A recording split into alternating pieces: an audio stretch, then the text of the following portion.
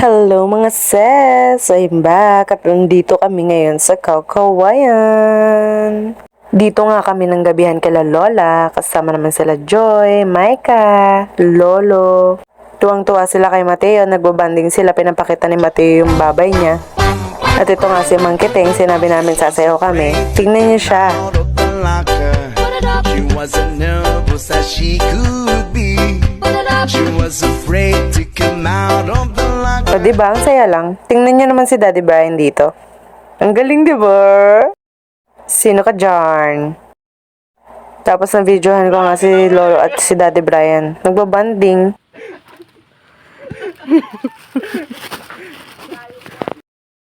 Pagdating nga ng hapon, ayun, meron na naman kami pupuntahan. Kasama namin si Lolo, si Rafa, si Zach, si Binog, si Daddy Brian, at si Mateo. Naisipan lang namin na pumunta doon dahil kay Tita Joy dahil meron siya nakitang picture about sa papuntahan na yun.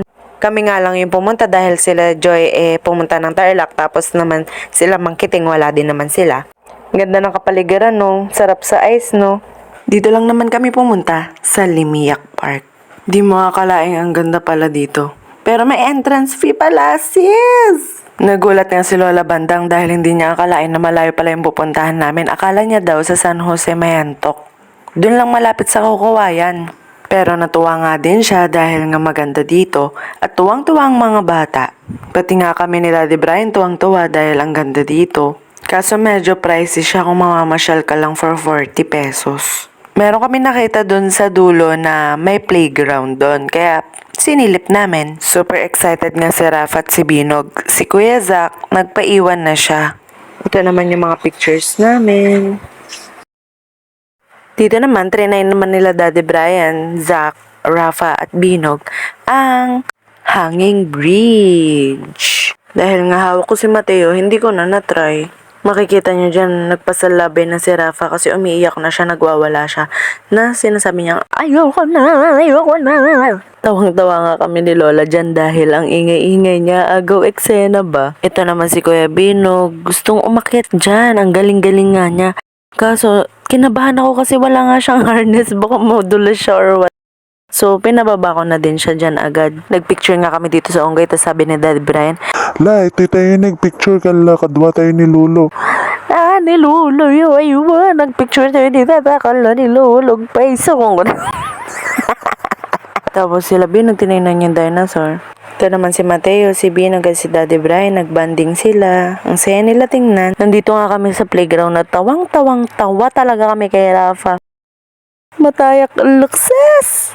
Lahat ng ginagawa nila ni Binog, ang maririnig mo lang talaga sa kanya, ayoko na, ayoko na.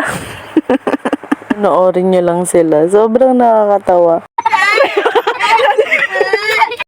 Tapos dito naman sumakay sila, pinasakay sila ni Daddy Brian. Tawang-tawa talaga ako. Panoorin niyo na lang. Hawak ka mabuti, Binog. Yeah!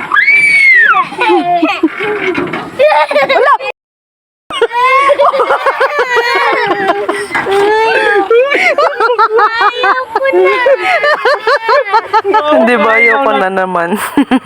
At ito naman si Mateo, yung cute. Gusto niya kainin yung horse. At meron nga din silang swimming pool dito. Ito nga yung sinasabi ko na iba yung entrance fee. At ito ang harap ng swimming pool na to. Pwedeng mag-overnight. Meron din namang mga pagtutulugan. Maganda dito. Super. Kahawig nga siya nung napuntahan namin sa Baler eh. Yun lang at uuwi na nga kami sa bahay. Pagka-uwi nga namin, tinanong ako ni Lola Esther kung kumakain ako ng bukolan na utong.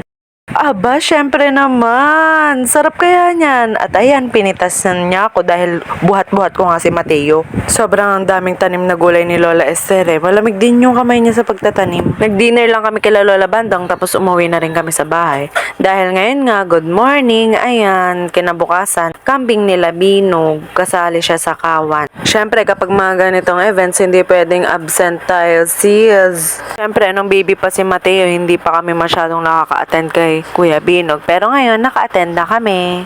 Dito nga din kami nag-elementary ni Daddy Brian kung saan nag-i-school si Kuya Binog ngayon. At tuwang-tuwa si Mateo sa mga nakikita niya.